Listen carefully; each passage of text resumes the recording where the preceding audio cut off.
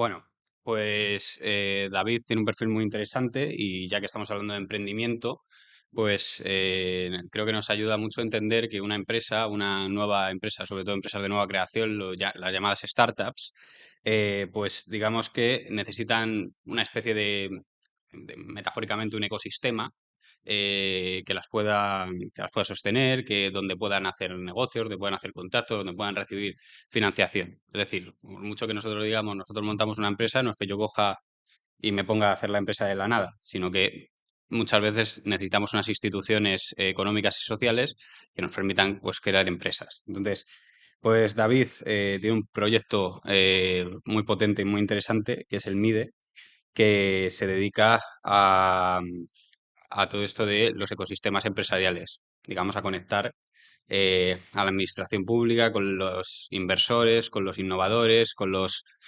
universidades y con los emprendedores. Y bueno, también es profesor de innovación en CUNEF. Estuvo en el MIR, en Massachusetts, y me contó una historia muy interesante. O sea, me contó que era un ecosistema. Allí se ha montado un ecosistema parecido a Silicon Valley, un poco más pequeño, pero bastante potente también, em, que está innovando mucho. En un sitio que se llama Cambridge, pero es el Cambridge de Estados Unidos, no el Cambridge británico. Así que bueno, nos va a contar un poco. Y yo te quería preguntar un poco, empezar por el principio, que es cómo entraste en contacto con el mundo de las startups y cómo quisiste dedicarte a ello. Muy bien. Oye, en primer lugar, pues nada, me encanta hablar de emprendimiento ante gente joven, porque sois el futuro y alguien tendrá que pagar mi pensión, que espero que no me quede mucho para cobrarla. ¿Eh? Entonces, ¿de dónde vengo? Vale, yo vengo de la economía tradicional. O sea, yo fui durante muchos años director de una empresa familiar. Y había estudiado económicas, había hecho un máster en el IES y trabajaba en una empresa familiar, ¿no? En los años en los que, bueno, vosotros sois jóvenes, pero hubo unos años en los que España, pues parecía que éramos ricos, ¿no? Que fue como del 2003 hasta el 2007, hasta que vino la crisis del ladrillo. Nosotros teníamos una empresa que fabricábamos productos complementarios a la construcción y entonces, como se construían 800.000 viviendas en España, pues íbamos creciendo al 30% cada año, ¿no? Y yo ahí pues pensaba que era listo y que movía los objetos con la mente y cada año crecíamos un montón, ganábamos un montón de dinero y tal igual, ¿no?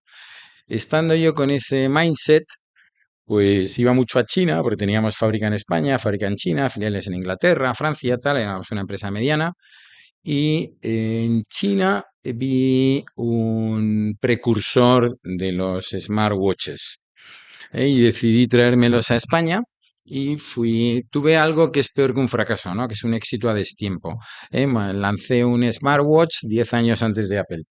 Y bueno, pues aquello, ahí fue mi primer contacto con el emprendimiento, ¿no? Monté una empresa fuera de la empresa familiar y empezamos a lanzar pues unos relojitos que le metías la SIM y hablabas por el relojito y tal igual, ¿no? Y eran como muy simpáticos y aquello empezó más o menos a ir bien y entonces pues yo iba con la empresa familiar que iba bien, aquello también iba bien y de repente vino alguien y apagó la luz.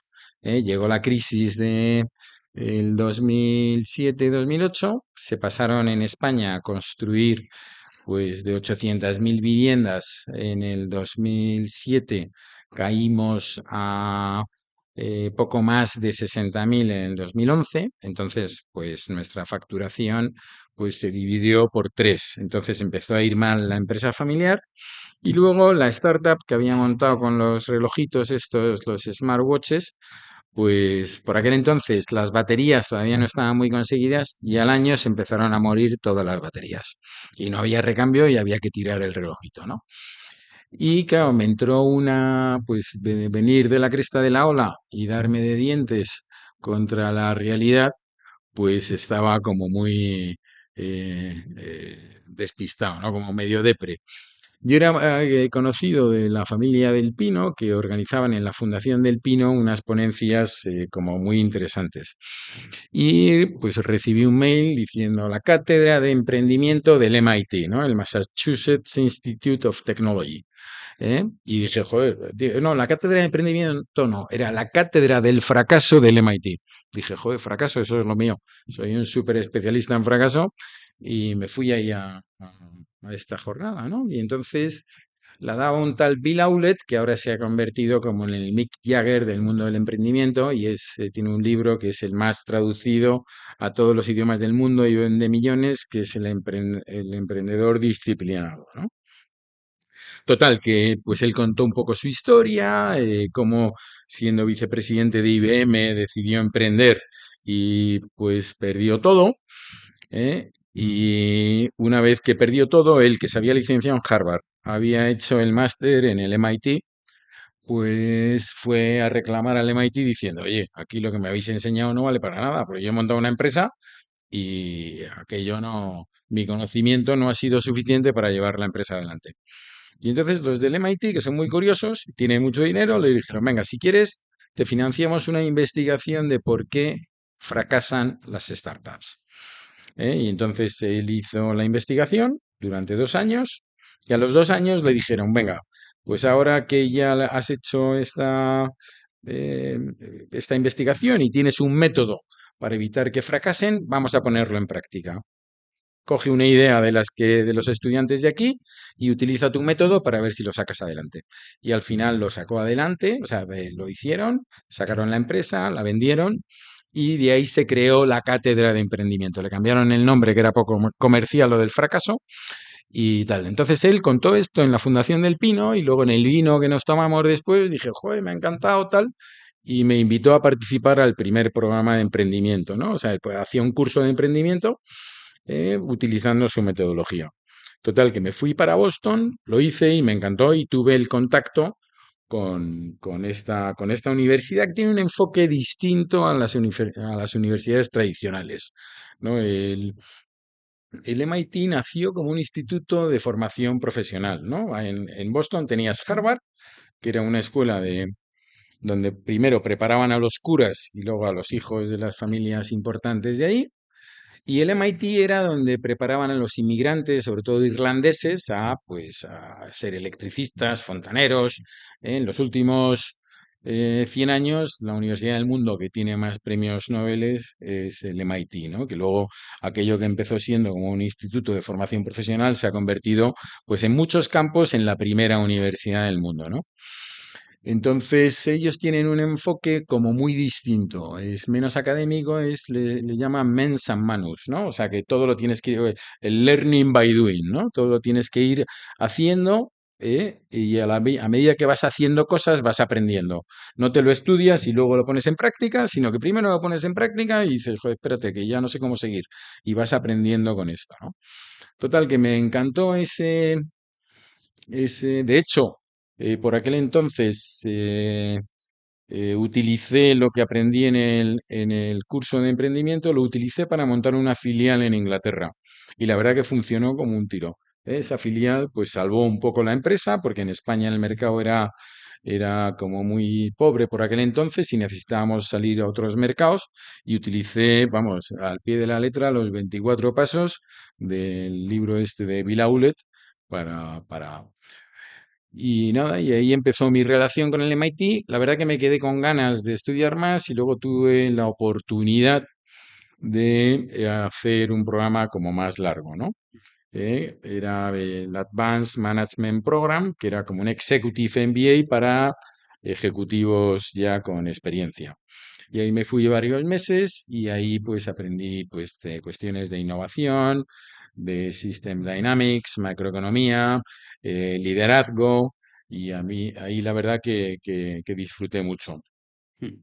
Y yo te quería preguntar un poco, que nos cuentes cómo es Cambridge, este Cambridge americano, y qué, digamos, qué acciones tomar públicas, qué políticas públicas o, digamos, acciones privadas tomaron en Estados Unidos, en Massachusetts, para generar este potente ecosistema de emprendimiento y también un poco que nos cuentes cómo repercute eso en la economía, tanto a nivel global de Estados Unidos como a nivel local. Claro, Cambridge es un pueblecito está Boston, Cambridge y la siguiente parada de metro es Harvard, ¿no? Es como Vicálvaro y Madrid. Están cerquita, bueno, quizá más cerca, ¿no? Tú sales de Boston, cruzas el puente y estás en Cambridge. Entonces, en Cambridge se ha conseguido crear el segundo ecosistema de innovación y emprendimiento del mundo. El segundo que más valor crea. ¿Cómo se mide la creación de valor? Pues si tú sumas la facturación de las startups que se han creado alrededor del MIT, tendrías el 10º país del mundo en Producto Interior Bruto, que solo lo supera Silicon Valley, que sería el octavo. Claro, la diferencia es que Silicon Valley son como 40 kilómetros de ancho por casi 60 de largo, ¿no? Es una zona muy amplia. Y esto de Cambridge es un barrio, ¿no? Entonces, otro de los programas que yo hice en el MIT invitado fue el MIT se dio cuenta de que habían conseguido crear el segundo ecosistema del mundo y quisieron investigar el porqué. Y entonces crearon un programa que se llama Regional Entrepreneurship Acceleration Program, en el que primero analizaron el por qué ellos habían sido capaces de crear el ecosistema. Un ecosistema de emprendimiento tiene que tener 5 agentes económicos, ¿no? O lo que llaman ellos stakeholders. Universidad, que provee talento, gobierno, que crea las políticas necesarias para que el emprendimiento florezca, para que las semillas estén en tierra fértil y puedan florecer. Corporaciones, que son las que demandan las soluciones innovadoras, tanto de las startups como de las universidades. Startups, ¿eh? Y fondos de inversión. Entonces se dieron cuenta que si cada uno de estos 5 agentes hacía bien su papel, si el gobierno crea las políticas y estrategias correctas, si la universidad genera el talento que requiere la sociedad, si las corporaciones pues invierten para generar innovación, tal. Si cada uno hace lo suyo, oye, pues más o menos te creas un ecosistema que más o menos funciona, ¿no? Digamos que apruebas. Pero si quieres ir a por nota, no te vale con aprobar. No, tú tienes que crear una red de colaboración entre todos, que todos se relacionen con todos. No vale que tú hagas bien tu trabajo, sino que tienes que establecer conexiones de valor con cada uno de los miembros del ecosistema. Y esto tiene mucho que ver con la innovación abierta. No sé si vosotros estáis familiarizados con los conceptos de innovación cerrada e innovación abierta. Innovación cerrada es como se ha hecho pues hasta hace 15 o 20 años, pues las empresas, los que innovaban, las grandes empresas, pues era como un embudo cerrado que las empresas se creían que todo el talento de esta materia lo tengo yo, ¿no? Entonces, con mi talento pues yo utilizo un proceso para generar productos innovadores y entonces yo los meto en el embudo y en el embudo voy analizando etapas. Oye, pues venga, vamos a hacer esto. Pues la primera etapa decido si sigo, si no sigo, tal, y al final, si pasa todas las etapas, pues al final yo saco un nuevo producto, ¿no? Claro, este procedimiento, esta innovación cerrada tenía 2 inconvenientes. Uno, que le llaman los falsos positivos, ¿eh? Procesos o proyectos que han ido pasando todos los procesos o sí, todas las etapas y los has lanzado al mercado con la inversión que requiere y al final fracasan, que son muchos. Entonces esos falsos positivos, pues claro, generan un mal sabor de boca y generan pues un daño, un perjuicio económico. Pero luego tienes otra cosa peor, que son los falsos negativos. ¿Eh? Proyectos que tú has metido en tu embudo y que de repente hay un punto que dice, uff, esto no, yo no lo veo. Lo paro y no, creo que no tiene futuro. Y de repente alguien coge la idea, la desarrolla y te pasa por la izquierda y tiene un éxito tremendo, ¿no? ¿Eh? Entonces empezaron a buscar fórmulas eh, pues minimizar tanto los falsos positivos como los falsos negativos. Y ahí nació el concepto de innovación abierta, ¿no? Que fue un profesor de Berkeley el que diseñó un poco el nuevo sistema de innovación abierta. En lugar de tener un embudo cerrado, tienes un embudo lleno de agujeros, en el que tú coges tu conocimiento y lo potencias con todo el conocimiento que hay en el exterior de tu empresa. Y además puede entrar pues nuevos procesos, nuevas patentes. O sea, tú te abres, el embudo está abierto por todos los lados y en cualquier lado del proceso tienes inputs del exterior y ahí haces las redes de colaboración. Os he contado el rollo de la innovación abierta y cerrada porque tiene mucho que ver con los ecosistemas de innovación, ¿no? Tú tienes que eh, facilitar que entre los distintos agentes se establezcan conexiones y que colaboren todos, ¿no? Que venga pues aquí las empresas a la universidad y que pues ayuden a proyectos de investigación de la universidad a que lleguen al mercado y se conviertan en un producto o un servicio y genere valor, genere empleo. ¿eh? Y no sé si he contestado la pregunta o No, me he ido bueno, por otro error de Google. lo que quería, o sea, sí has contestado a una parte de la pregunta y había otra pregunta que es, digamos, qué consecuencias sociales tiene al nivel local y a nivel, bueno, a nivel del Estado en conjunto, digamos, de una región más grande en su conjunto, digamos, Bien. de... Sí, al final, si tú miras las regiones más innovadoras del mundo, coinciden con las que generan más riqueza. La innovación y la generación de riqueza están absolutamente unidos. Si tú tienes, hay un par de índices por ahí, uno de Morgan Stanley que monitoriza 1.500 empresas que cotizan en bolsa, ¿eh? sin mirarle nada más que cotice en bolsa. Y luego tienes otro del Boston Consulting Group, que son las 50 empresas más innovadoras, que son pues, Apple, Amazon, las que todos conocéis, ¿no? Entonces, siempre el retorno para el accionista está casi 4 puntos por encima en las empresas más innovadoras que en la media de las 1.500 empresas que cotizan en bolsa pues en distintas bolsas del mundo, ¿no? Entonces, eso a nivel micro, la micro y la macro es lo mismo. O sea, si tú tienes en una región pues muchas empresas que estén innovando, que estén generando empleo y que estén generando riqueza, esa región va a ser más rica. Ellos todas las regiones del mundo han querido crear su Silicon Valley particular y el 99,9% han fracasado en ello, ¿no? Porque cada región tiene que buscar cuál es su ventaja comparativa con el resto y generar, antes de intentar crear tu propio Silicon Valley, tú tienes que generar que se den las condiciones para que tú generes un ecosistema que pueda tener éxito y puedas competir a nivel internacional. Entonces, nosotros ahora parece ser que estamos interesados, bueno, digamos, no sé si el gobierno o la gente en general de Madrid o de España está interesado en esto, pero vamos a poner que sí. ¿Cómo podríamos nosotros generar, vamos a poner en Madrid o en cualquier otra parte de España, un ecosistema de innovación y de emprendimiento como el que se ha podido generar en Cambridge? Vale. O sea, nosotros en Madrid no salimos mal, es como en el Global Innovation Index, Madrid sale como región altamente innovadora, ¿no? Estamos pues dentro de las 10 europeas a nivel innovación. ¿eh?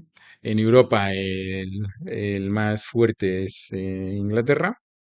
Londres, depende cómo lo midas, ¿no? Es que claro, ahí hay distintos índices para medir, pues el número de unicornios, la, la financiación que levantan las startups, el encreo. Un unicornio, perdón, es una empresa que ha llegado a una Sí, capital. que tiene o sea, tiene un valor de más de 1.000 millones de dólares. ¿eh? Entonces, el ecosistema europeo que más valor genera es Londres. Tenemos París, tenemos en Alemania Berlín. Entonces, hay una cosa que se da eh, en todos los ecosistemas importantes del mundo. Lo más importante desde mi punto de vista, una vez que tú has creado las condiciones, que tienes pues a los 5 agentes del ecosistema haciendo su trabajo, colaborando entre ellos, tú tienes que fortalecer el crecimiento de las startups, que es un poco la asignatura pendiente que tenemos en Madrid. Nosotros somos buenos en la creación de startups. Madrid tiene pues una capacidad para generar, tenemos buenas universidades, buen talento, somos emprendedores y somos buenos creando startups. No somos tan buenos escalando esas startups, haciéndolas grandes. ¿Por qué? Antes hablábamos de unicornios. Un unicornio, o sea, una empresa con una valoración bursátil de 1.000 millones, hay muy pocos en la historia de los unicornios que no hayan levantado menos de 200. Claro, para levantar 200 millones necesitas un sector de venture capital súper potente.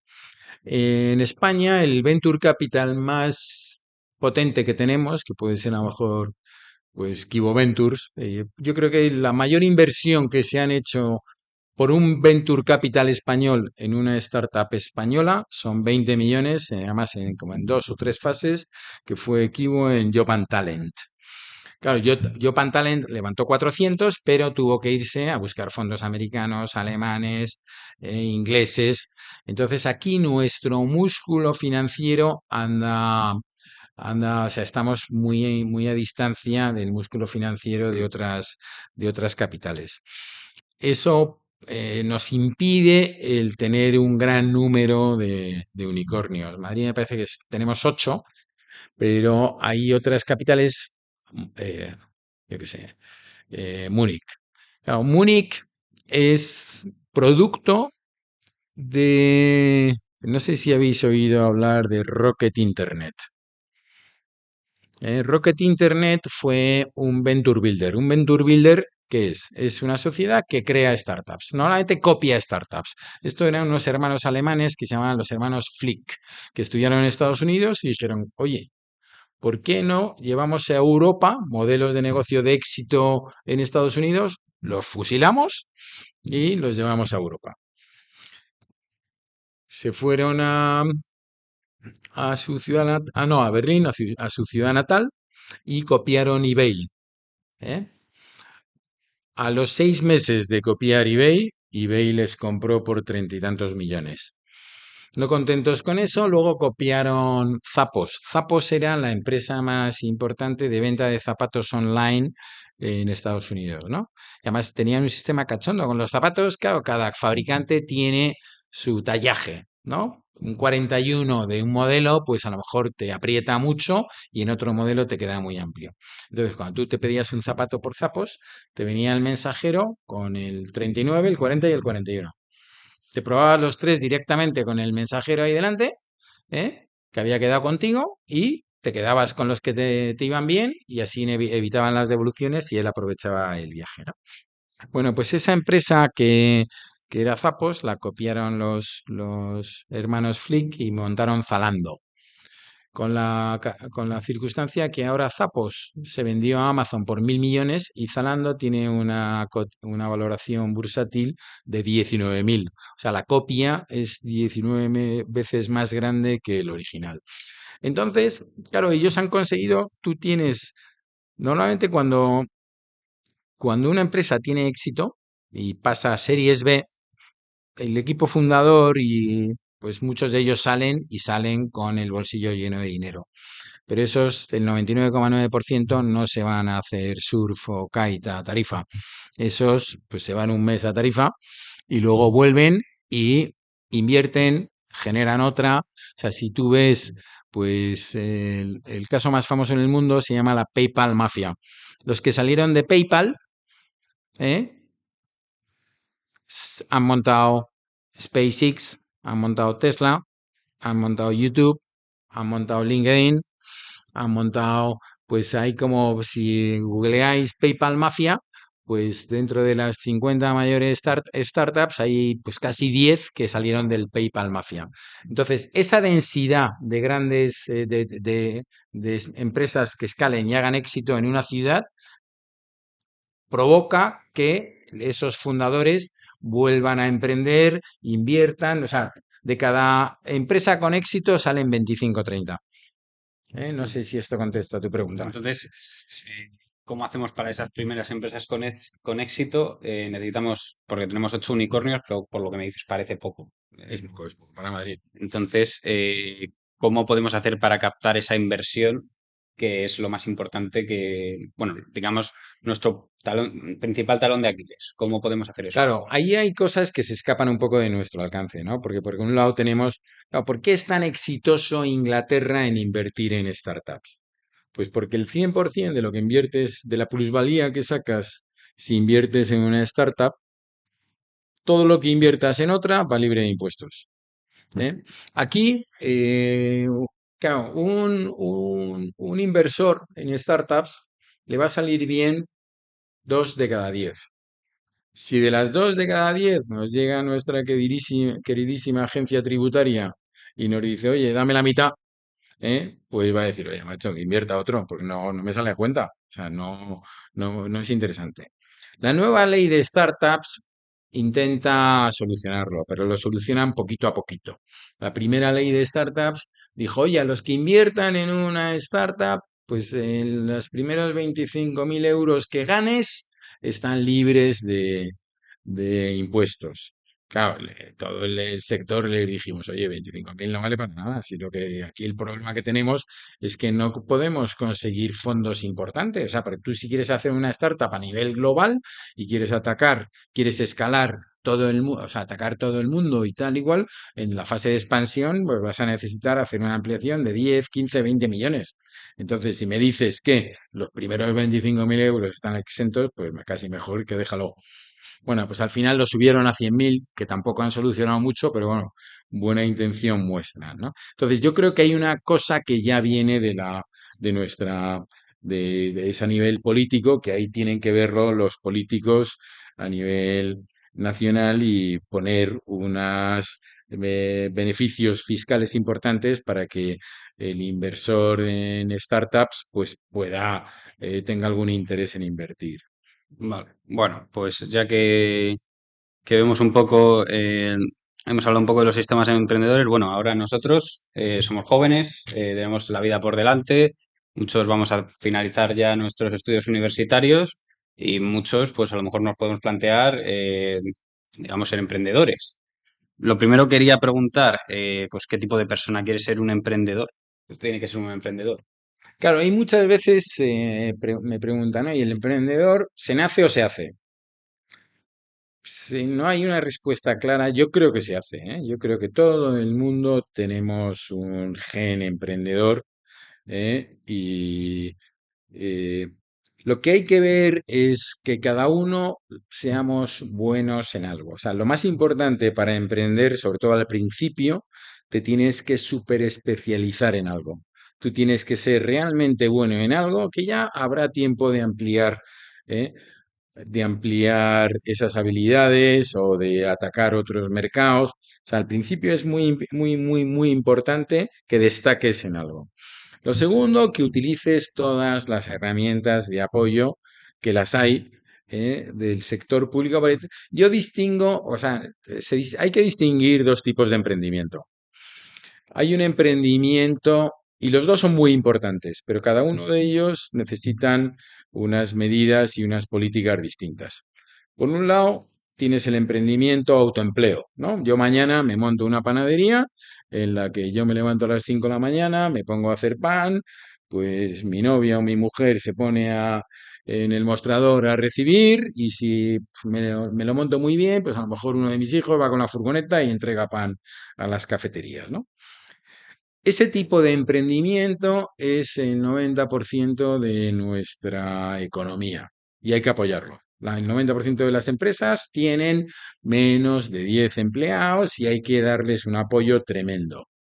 Y luego tienes el emprendimiento con carga innovadora, que es, yo parto de una idea, con un componente científico tecnológico.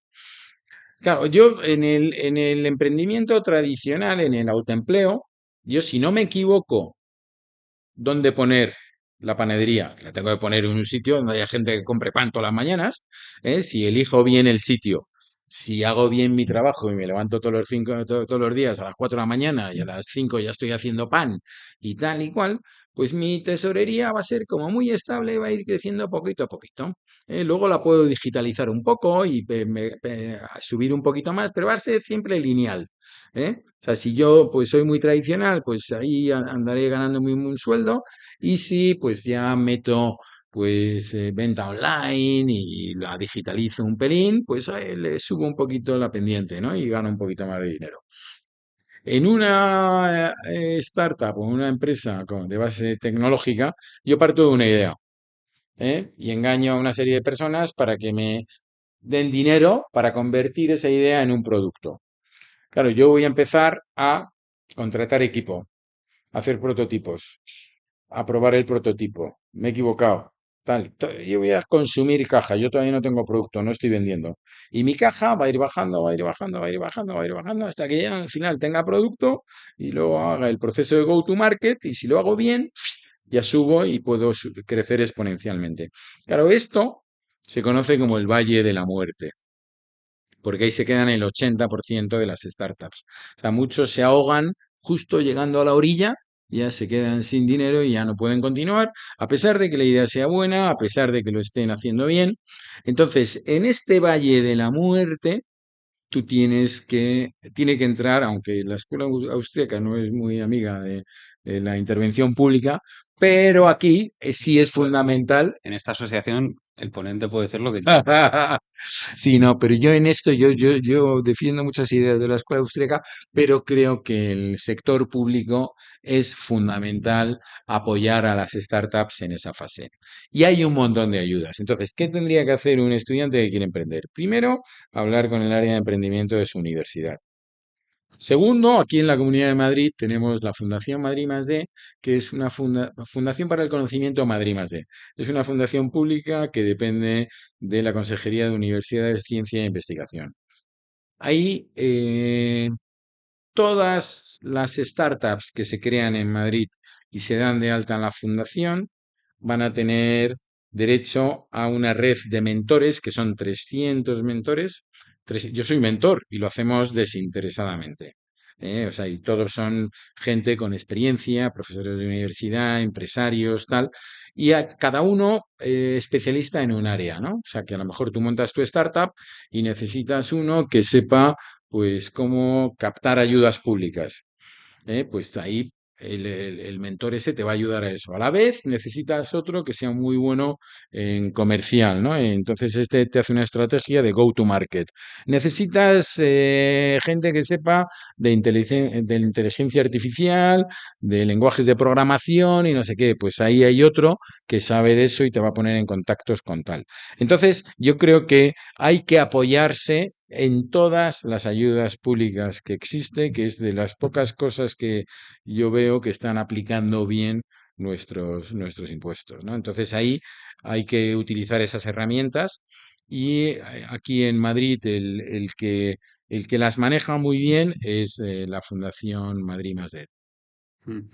Bueno, que nosotros, o sea, quiero decir, hay que adaptarse al mundo real siempre, entonces siempre hay que utilizar lo que existe en este mundo. Em, bueno, entonces, dicho esto, para terminar ya con mis preguntas y luego dejamos preguntar al público, ¿crees que Madrid va a convertirse en los próximos años en un centro de innovación y emprendimiento o crees que todavía no tenemos bien montado ese ecosistema? O sea, ya lo es, O pero sea, quiero decir, digamos que va a ser una parte importante del PIB del país, vamos a generar innovación aquí en España, en Madrid.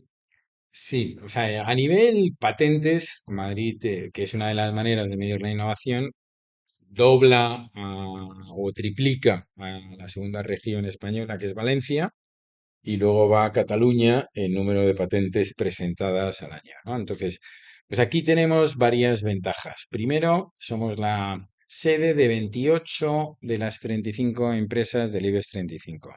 Luego tenemos grandes universidades, tanto públicas como privadas. Tenemos nuestra escuela, por ejemplo, la Politécnica está dentro de las 50 mejores escuelas de ingeniería del mundo. Eh, eh, o sea, tenemos muchísimas ventajas y muy buenos, somos que creo realmente buenos en la generación de talento. Hay un mal europeo que es la transferencia de tecnología. O sea, los europeos tendemos a sobreregular. Entonces, un profesor universitario no puede montar más que una startup con sus alumnos y no puede tener más del 10% de la startup. Esto en Estados Unidos no es así. En Estados Unidos hay profesores que participan en cuatro o cinco y invierten y lo único que les exigen, pues que le dediquen un día a la semana a la startup y el resto le dediquen a la enseñanza, ¿no? Entonces, aquí en Europa tenemos que, pues un poco liberalizar un poco, no tener tanta regulación y favorecer, pues que desde la universidad se favorezca esa transferencia de tecnología. Luego, si aquí no hay fondos, al final se cree yo creo en la globalización, ¿no? Claro, yo tengo un proyecto con la Comunidad de Madrid y cada año pues elegimos una serie de startups que se crean en Madrid y nos les llevamos a levantar fondos a Estados Unidos. Hacemos una selección, les hacemos una formación, les enseñamos a pitchear en inglés, les enseñamos a hacer un business plan correctamente, estudian en el mercado americano y después de ese proceso de formación nos vamos a Boston, les llevamos al Venture Café, que ahí hay 50 o 60 fondos importantes y les hacemos pitchear delante de esos fondos. Porque al final, pues si aquí todavía el sector Venture Capital no está muy desarrollado, tampoco podemos esperar 20 años a que se desarrolle y entonces nos vamos a buscarles allí. ¿Eh? Bueno, ¿qué preguntas tenemos? Espera un momento, si Sí, un puedes hablar micrófono. rápido. Esto es para YouTube, el micrófono, ¿eh? No amplifica. Sobre el tema de la necesidad, yo soy austriaco en ese Eleva la sentido. voz. No, eleva tú. Vale, vale. Sobre el tema de la necesidad de los fondos públicos para el nacimiento y crecimiento de startups, yo aquí difiero un poco porque hablando con los compañeros americanos, sobre todo en la región de Texas, la mayoría de proyectos que salen allí no salen es decir, el modus operandi que tiene un emprendedor en Texas es directamente ir a hablar con un fondo de capital. Es verdad que sí tiene sus contrapartidas. Muchas veces sí exigen un portfolio o una historia de vida mucho mejor que la que se pediría aquí para acceder a ciertas ayudas. Pero también es verdad que desde el punto de vista de estos fondos lo toman como una garantía. ¿Por qué? Porque una frase que me suelen decir mucho los americanos es, no es tan importante la idea, sino toda la estructura que hay detrás. Entonces, la estructura no solo es el tema de, vale, has creado una plataforma que dé un servicio a una persona, sino también es los contactos que hay detrás de esa plataforma, eh, todo el conocimiento que has aprendido en tus años, por ejemplo, de ejecutivo, o en el sector médico, en otros sectores. Entonces, yo aquí sí diferiría y me gustaría que hubiera un poco la réplica del modelo europeo de startup, que esto siempre está de, no, la ayuda pública va a ayudar a nacer startups, versus el modelo americano que es más de, mira, tienes una buena idea, tienes una buena estructura, tienes un buen plan de negocio, pues ve a hablar con esta persona que es un inversor y que ve potencial en este proyecto para no solo no tanto por el tema de, creemos una startup, sino por el tema B de, mira, puedo ganar dinero con ello. Bien, no, muy buen punto. A ver, el libro que a mí me ha gustado de cómo generar ecosistema y generar regiones ricas en emprendimiento se llama Boulevard of Broken Dreams. ¿Eh? Y explica las iniciativas de cantidad de regiones del mundo pues para generar su ecosistema de emprendimiento. Y una de las partes claves es el Venture Capital. Claro, tú lo que estás diciendo es cómo es en la industria del venture capital ahora en Estados Unidos.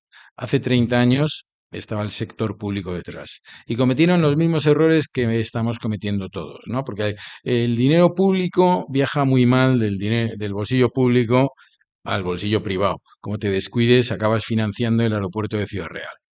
¿Eh? Entonces,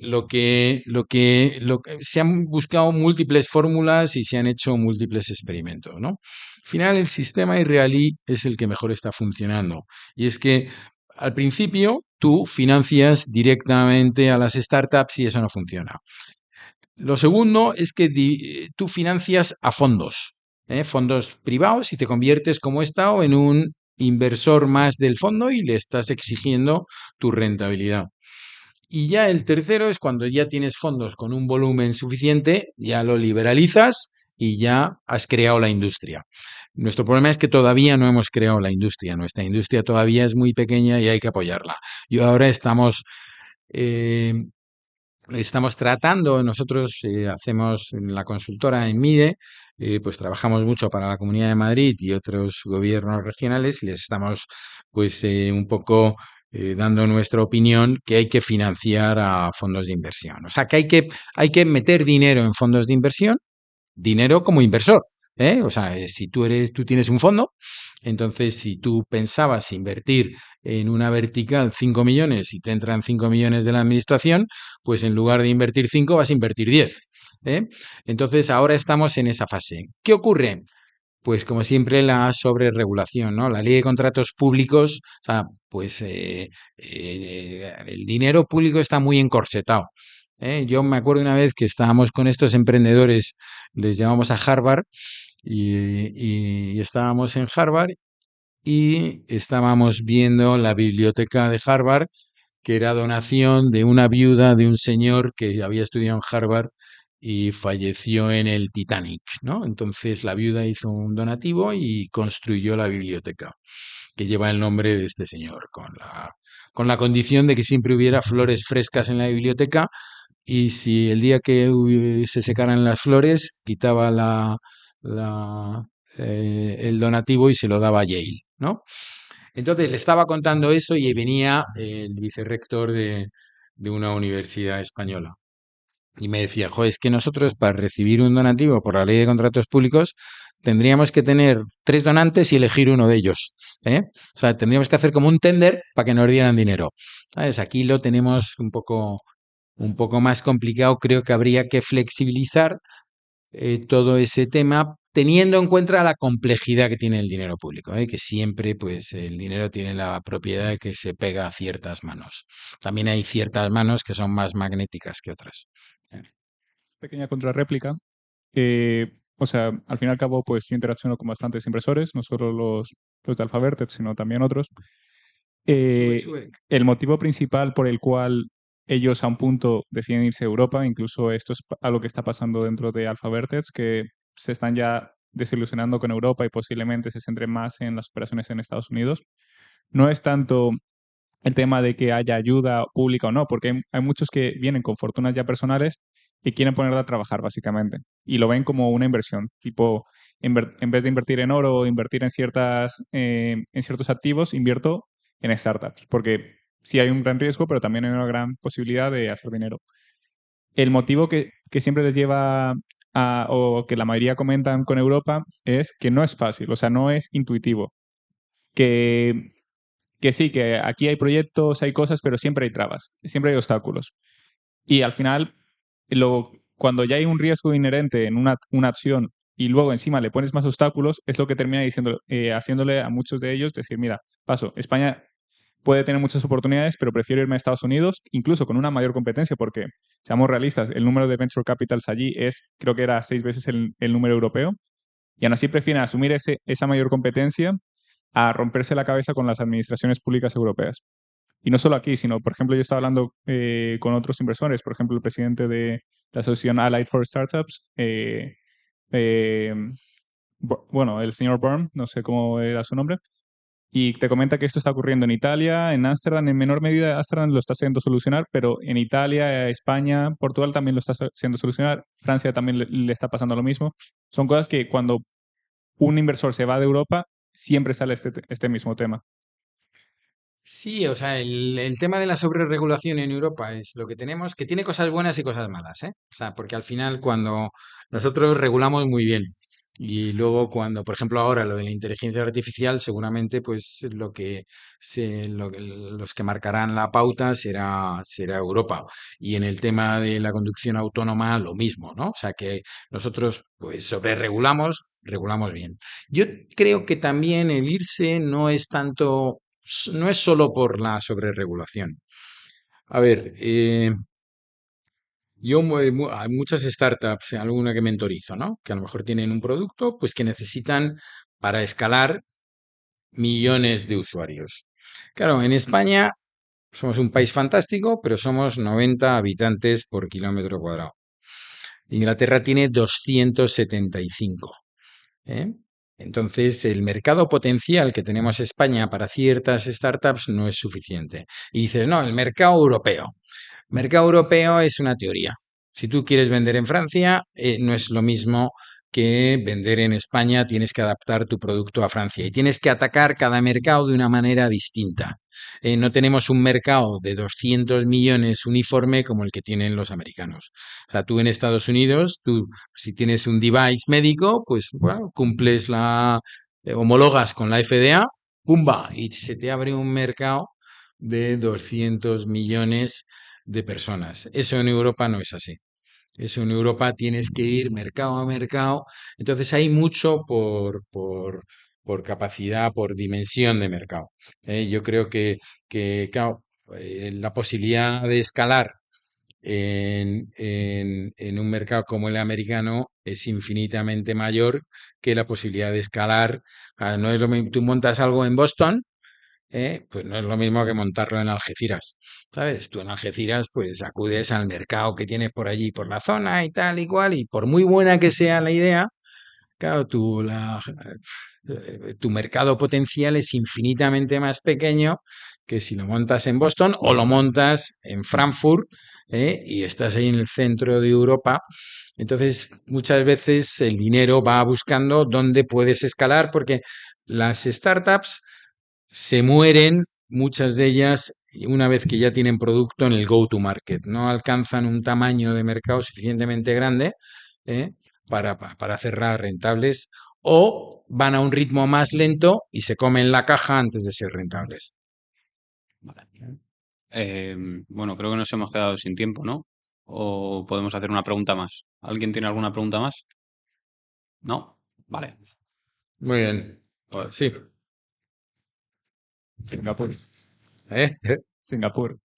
Es un poco la réplica de A ver, al territorio estadounidense y mercado único. sí, a mí Singapur me encanta, pero claro, no juegan a igualdad de condiciones. Ellos son la moraleja de Asia. Es como si nosotros dijéramos, venga, Madrid, pues vamos a darle a la moraleja independencia. Y luego analizamos la moraleja y decimos, oye, no, es que qué bien lo han hecho en la moraleja. El 80% son licenciados. El 80% ganan más de 200.000 euros al año. Todos tienen casa en la playa y casa en la sierra. Todos no sé qué. Y dice, joder, qué bien la gente la... Claro, Singapur es un país pequeñito, muy pequeñito. O sea, no puedes comparar España, que somos al final pues un país con una complejidad tremenda, con nuestras regiones, cada uno quiere arrimar el asco a su sardina, de un país pues tan pequeñito y tan ordenado. Pues me dices Luxemburgo, ¿no? En muchas estadísticas Luxemburgo sale de maravilla. Claro, Luxemburgo no es un país, Luxemburgo es el barrio Salamanca, ¿sabes? Entonces dices, venga, vamos a tomar consecuencias. Bueno, perdón si hay alguien de Luxemburgo aquí. Una vez dije esto y había alguien de Luxemburgo, ¿eh? Entonces, y aún así, o sea, te digo que a mí me encanta. Nosotros colaboramos mucho con el MIDE de Singapur, y son muy buenos en foodtech, en medicina, en biotecnología y tenemos buenísima. Claro, a mí me gusta más fijarme en países que son más equiparables a nosotros. A nosotros, Suecia, aunque es más pequeño, lo está haciendo muy bien, y Estocolmo está creciendo, está subiendo en el ranking del Global Innovation Index de una manera exagerada. Francia lo hizo fatal, Y ahora ha pegado 10 años a esta parte, lo está haciendo de maravilla. Montó un organismo que se llama la French Tech y están coordinando desde ese organismo un organismo único para toda Francia y es el que lleva las riendas del emprendimiento y eso lo están haciendo de maravilla. Nosotros somos un país complejo. O sea, nosotros competimos entre nosotros, incluso dentro de Madrid se compite. Hay medidas que hace el Ayuntamiento de Madrid que son contraproducentes con las que hace la Comunidad de Madrid, aun siendo el mismo partido y aun siendo, en teoría, remando. O sea que Spain is different. Bueno, muchas gracias a todos.